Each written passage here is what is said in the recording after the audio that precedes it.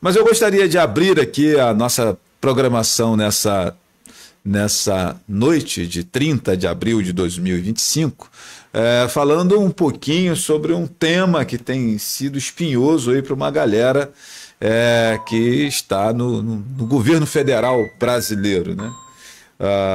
Você sabe que uma investigação da Polícia Federal revelou um grande esquema de fraudes e desvios de dinheiro de aposentadorias e pensões do Instituto Nacional do Seguro Social, né, o INSS. A Polícia Federal afirma, né, que informação para você, que associações que oferecem serviços a aposentados cadastravam pessoas sem autorização, com assinaturas falsas, para descontar mensalidades dos benefícios pagos pelo INSS. O prejuízo pode chegar a 6,3 bilhões. Olha só, atenção para esse valor. É com a letra B, tá? É 6 bilhões e 300 milhões de reais. É o prejuízo que pode ser contabilizado entre os anos de 2019 e 2024. O presidente do INSS, Alessandro Stefanuto, foi demitido após uma operação policial na semana passada, que levou ao afastamento de servidores e à prisão de 6 suspeitos ligados a entidades investigadas, né? E durante as investigações, algumas curiosidades, né, começam a aparecer na hora de discutir esses assuntos. Bom, a principal pergunta que muita gente está fazendo é: e aí, será que as investigações elas continuarão acontecendo, né? Esse escândalo envolvendo o INSS? Minha gente, eu tenho a desconfiança que tanto Polícia Federal quanto os órgãos do Judiciário responsáveis por essa operação, eles estão assim meio que de mãos amarradas, porque eu não sei se você lembra, muito recentemente, na história política nacional, uma investigação que começou assim, parecendo que ia dar em nada, ganhou contornos de profundidade tão grandes que bateu na porta do presidente da República, né? Uma série de senadores, de governadores, de deputados, uma série de figuras de empresas, empreiteiras foram arroladas numa investigação que começou assim, aleatoriamente. Eu falo aqui da investigação da Operação Lava Jato, né, que começa no Paraná, investigando ali um doleiro, lavagem de dinheiro, aquele negócio todo, e daqui a pouco descobriu-se uma ramificação dentro da Petrobras, e a partir do que aconteceu dentro da Petrobras, uma série de figuras públicas foram tiveram seus nomes, né, divulgados em rede nacional como tremendos pilantras, né? Então, assim, gente, eu sinceramente, né, vejo muita gente comentando isso em todas as redes sociais, aí no YouTube, no Twitter, profissionais de comunicação, a população em geral, muita gente perguntando sobre em que vai dar essa questão aí do INSS. Eu, sinceramente, senhores, eu entendo que o governo deve estar fazendo de tudo para que essa investigação não avance, porque nós já temos, assim, algumas figuras, né, muito interessantes envolvidas nesse escândalo. Um dos sindicatos, por exemplo, que dá sustentação a esse escândalo, tem como vice-presidente o senhor Frei Chico, que é irmão do presidente Lula. Então, cara, assim, se você começar a puxar esse novelo, vai chegar em gente grande, né? Um dos personagens investigados é um senhor chamado Antônio Carlos Camilo Antunes, conhecido como Careca do INSS, apontado pela Polícia Federal como um dos principais lobistas do escândalo. Segundo as investigações, grande parte das 22 empresas das quais é sócio atuavam como intermediárias de sindicatos e associações, recebendo recursos que eram debitados indevidamente de aposentados e pensionistas e repassando parte deles a servidores do INSS ou familiares em empresas ligadas a eles. Então, minha gente, pegando aquela lógica de grão em grão a galinha enche o papo, vale acrescentar que um escândalo desse no INSS, com um rombo de 6 bilhões e 300 milhões de reais, os senhores e senhoras vão convir comigo que não é um simples digitador lá do INSS que está por trás dessa sacanagem, né? Então, assim, é claro que o governo sabe que se fosse debruçar sobre o assunto, sobre esse assunto, como aconteceu com a Operação Lava Jato lá atrás, vai chegar em gente graúda, vai chegar em gente bacana, e nós teremos um novo grande escândalo, dessa vez envolvendo a seguridade, a seguridade aí, né, a previdência do país.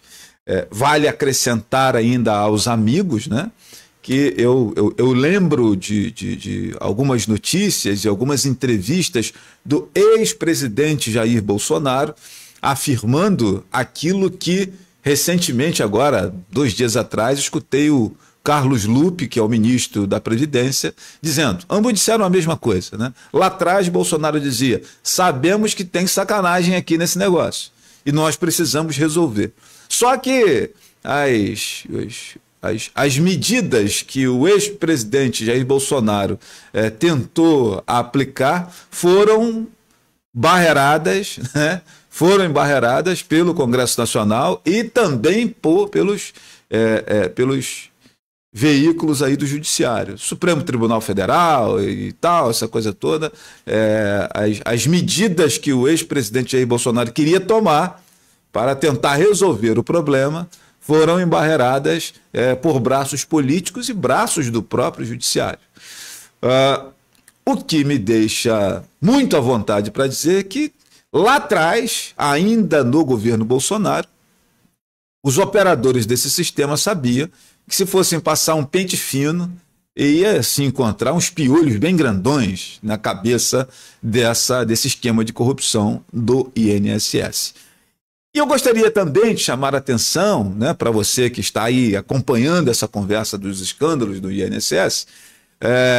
Eu vejo a galera mais à direita botando a conta, acreditando essa conta aí no colo e na responsabilidade do presidente Lula, e vejo a galera à esquerda tentando se livrar dessa pecha, né, dizendo que começou tudo lá atrás com Bolsonaro. Senhoras e senhores, não sei se vocês vivem no Brasil há muito tempo, né? Eu tenho 50 anos e, desde que me entendo por gente, existe essa história de fraude no INSS. A época ainda era INPS, não sei se vocês lembram, no tempo que eu era moleque, se chamava INPS, INAMPS, eram essas siglas que eram usadas. Aqui em Rio Bonito, por exemplo, na nossa cidade de Rio Bonito, todos vocês conhecem 2, 3, 4, 5 histórias de pessoas que se aposentaram com altos salários, com idade ainda não na época de se aposentar, e aí tinha um esquemão que parece que o cara que movimentava essas aposentadorias recebia os 6 primeiros meses de benefício e a partir disso o beneficiário, a pessoa em questão, começava a receber. Isso, gente, era a conversa que eu escutava dos meus pais, meus tios, né? O menino ainda não era muito antenado nessa coisa de política, nessas sacanagens das pessoas mais adultas, né? Mas eu lembro disso. Nós tivemos, inclusive, 1 ou 2 pessoas de Rio Bonito que ficaram foragidas porque, em determinada ocasião, bateu Polícia Federal, bateu aí órgãos de fiscalização e controle, e teve gente que correu da cidade aí durante algum tempo, ficou desaparecido, e depois que a poeira baixou, voltou com cara que não tinha feito nada, né? Mas a gente sabia que eram figuras que estavam arroladas nesses casos de aposentadorias fantasmas. E eu estou falando de 40 anos atrás, porque eu tenho 50. E essas coisas aconteceram quando eu tinha 10, 11, 12 anos. Nós estamos falando aí de 40, 38 anos atrás, quando nem se pensava em Lula e Bolsonaro ainda, né? Era a época lá de governos militares, era a época de Sarney presidente, né?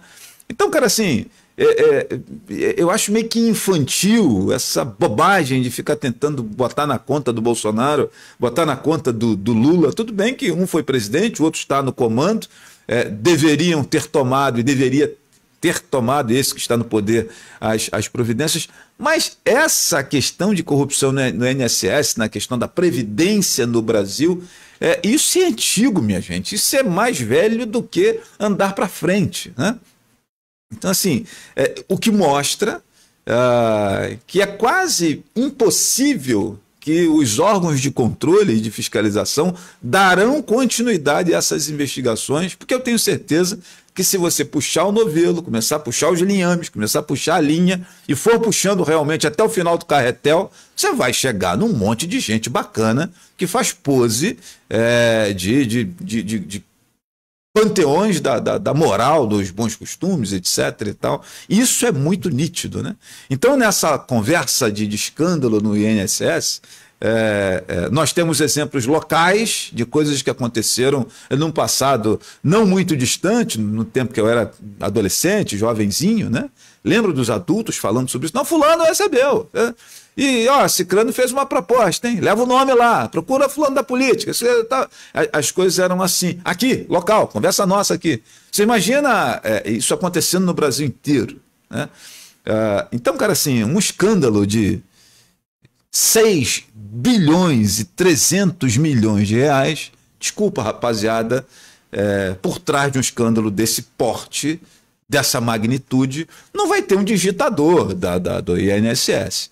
Não é a Dona Maria que varre o chão que está por trás disso, né? É claro e óbvio que você tem que ter gente grande. O seu Carlos Camilo Antunes, aqui conhecido como Careca do INSS, ele simplesmente, assim como acontecia com o Youssef Doleiro, do primeiro investigado da Lava Jato, né? O Youssef era simplesmente um cara que lavava dinheiro, né? E era doleiro, etc. e tal, tinha esse trânsito internacional de passar com dinheiro para cá e para lá, etc. Mas por trás dele tinha uma rapaziada graúda, gente boa, né? Da política brasileira, grandes empresários. E quando começou a se desamarrar aquele nó, chegaram nessas pessoas, em altos executivos de empreiteiras importantes, políticos, governadores importantes e até no então ex-presidente da República, né? A Lava Jato mostrou isso. Então, galera, desculpa aí, viu, rapaziada, mas eu sinceramente tenho a desconfiança que não vai haver investigação, porque gato escaldado tem medo de água fria, né? Cachorro mordido de cobra tem medo de linguiça, e o atual governo federal sabe como é que é uma investigação se levada a sério e a fundo, onde é que ela vai parar, né? O presidente Lula, mais do que ninguém, que teve preso aí por 500 e alguns dias, exatamente por conta da Lava Jato. Desculpa, rapaziada, eu tenho quase certeza que não vão deixar dar continuidade a esse processo. Eu vejo a mídia como um todo tentando limpar a barra do presidente da República, né, dizendo que a culpa é do Carlos Lupe. Na verdade, você tem toda uma grande quantidade de pessoas envolvidas nesse processo, e se as investigações fossem levadas a sério, como foram levadas as investigações da Operação Lava Jato, certamente nós chegaríamos aí efetivamente no ministro Lupe e naquele que nomeou o Lupe, né? Eu gostaria de aproveitar, inclusive, a oportunidade para parafrasear uma frase de um filósofo muito conhecido do nosso país. O nome dele é Geraldo Alckmin.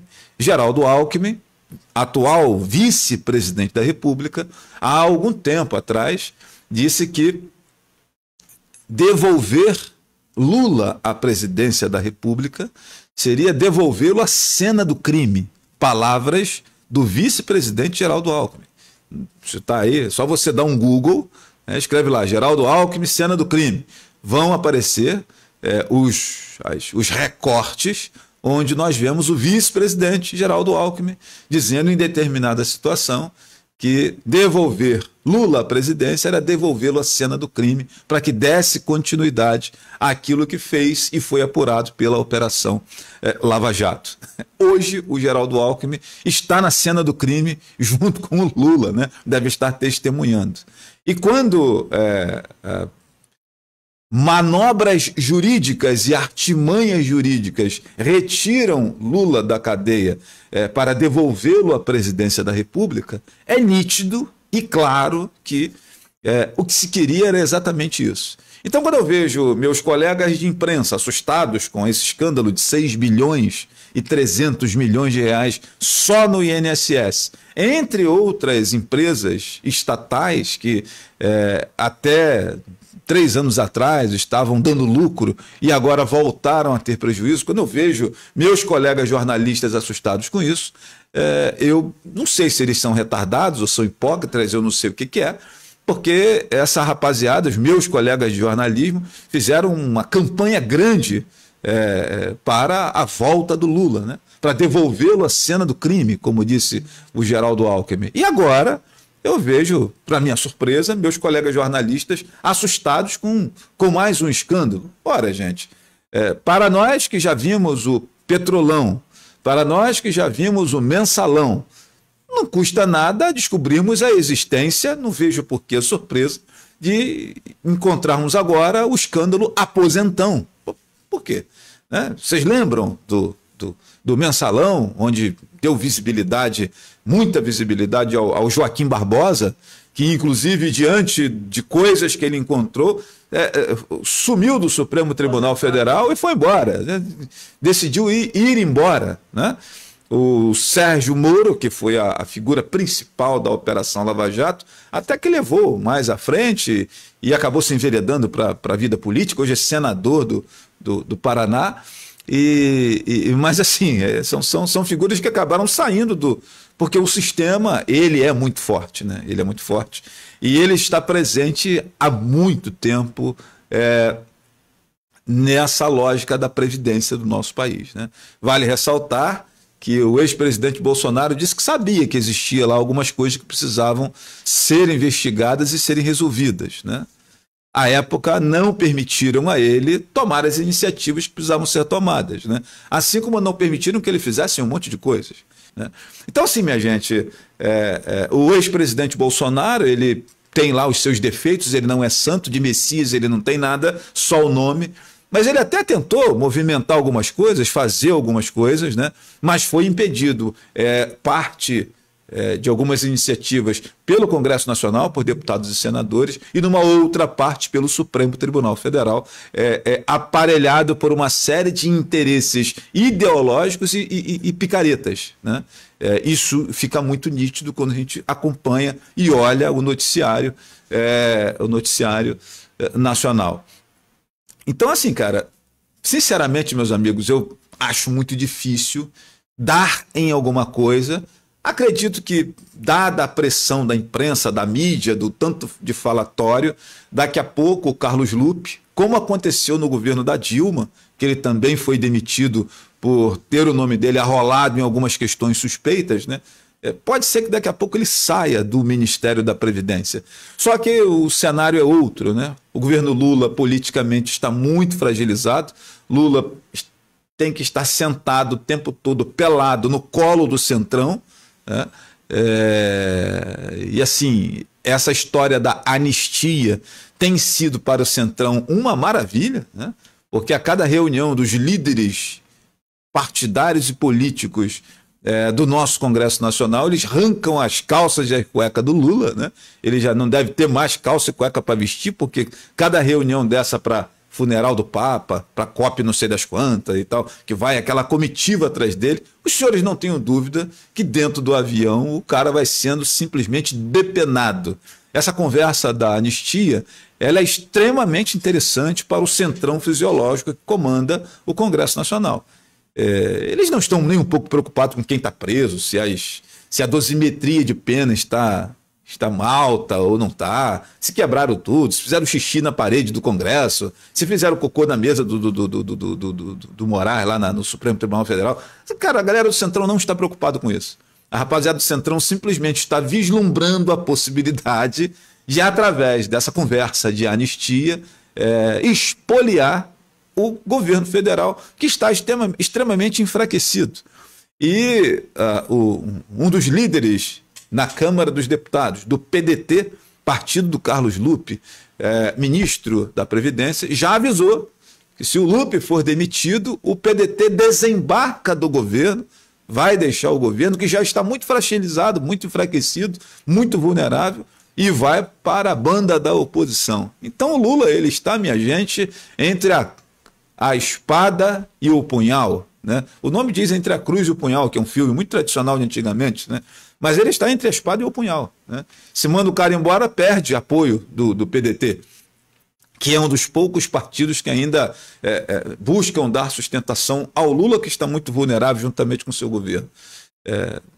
nós conseguimos ver na última semana um determinado deputado ser convidado para o Ministério das Comunicações e o cara recusou o convite. Minha gente, Centrão recusar convite é a mesma coisa de você me chamar para comer uma pizza marguerita e eu dizer que não. olha como é que tá o negócio, cara.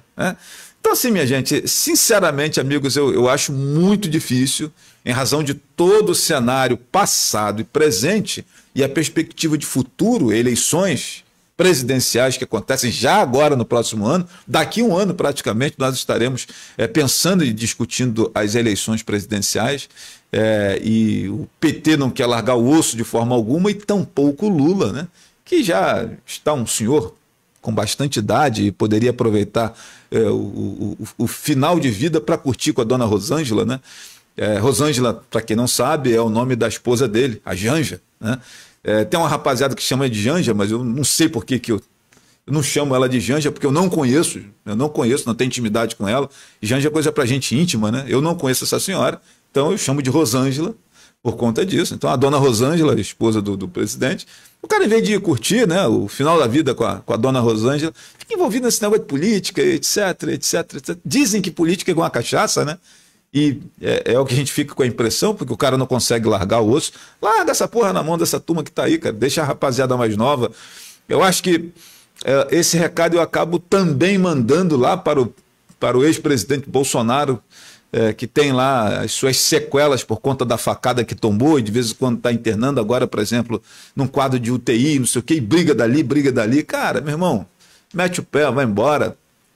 Já deu sua contribuição durante 4 anos, deixa a rapaziada mais jovem tentar tocar isso aí, né? Porque, sinceramente, meus amigos, eu acho meio que impossível a gente tentar, a gente conseguir dar algum rumo de decência ao nosso país.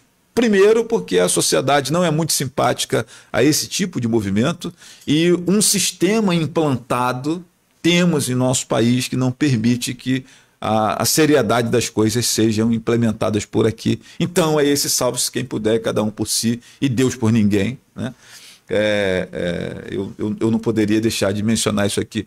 Eu estou vendo muita gente, inclusive as tradicionais mídias defensoras do governo, do Lula, a rapaziada da TV Globo, por exemplo, se comporta quase como se fossem uma assessoria de imprensa, né?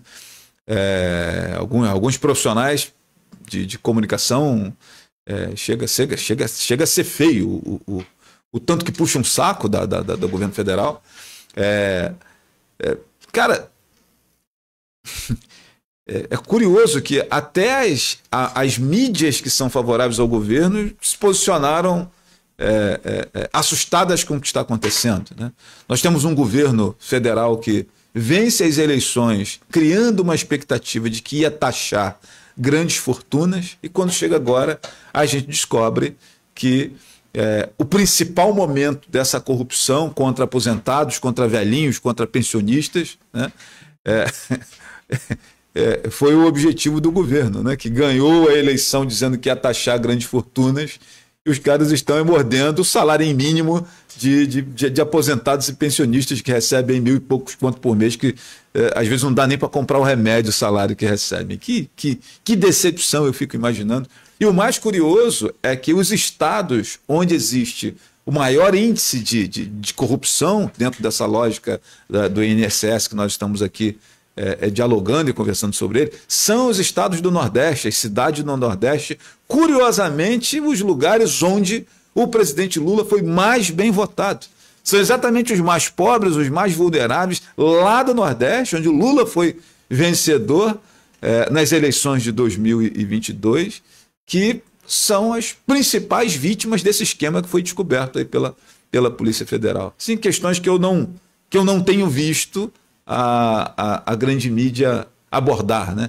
E, sobretudo, essa das investigações. Desculpa, minha gente, mas eu sinceramente não consigo acreditar que haverá uma investigação profunda, né? Vai haver uma demissão ali, outra aqui, troca fulano, tira para cá, mas o esquema eu não acredito que seja desmontado, né? Primeiro é que os caras estão de volta à cena do crime para seguir fazendo aquilo que estavam fazendo durante algum tempo e momentaneamente foram impedidos de fazer pelas descobertas da Operação Lava Jato. Então, estão todos de volta à cena do crime exatamente para isso, para continuar cometendo os crimes que estavam cometendo anteriormente. E depois, sinceramente, eu não acredito que eles vão desvendar e desnovelar, aí, desenrolar o linhame desse Caetel, porque a experiência recente da Operação Lava Jato, quando ela se aprofundou, chegou em determinadas figuras que o negócio acabou ficando muito, muito esquisito. Então, cara, assim, daqui a pouco demitem o Lupe, daqui a pouco colocam outro lá, mas o esquema está montado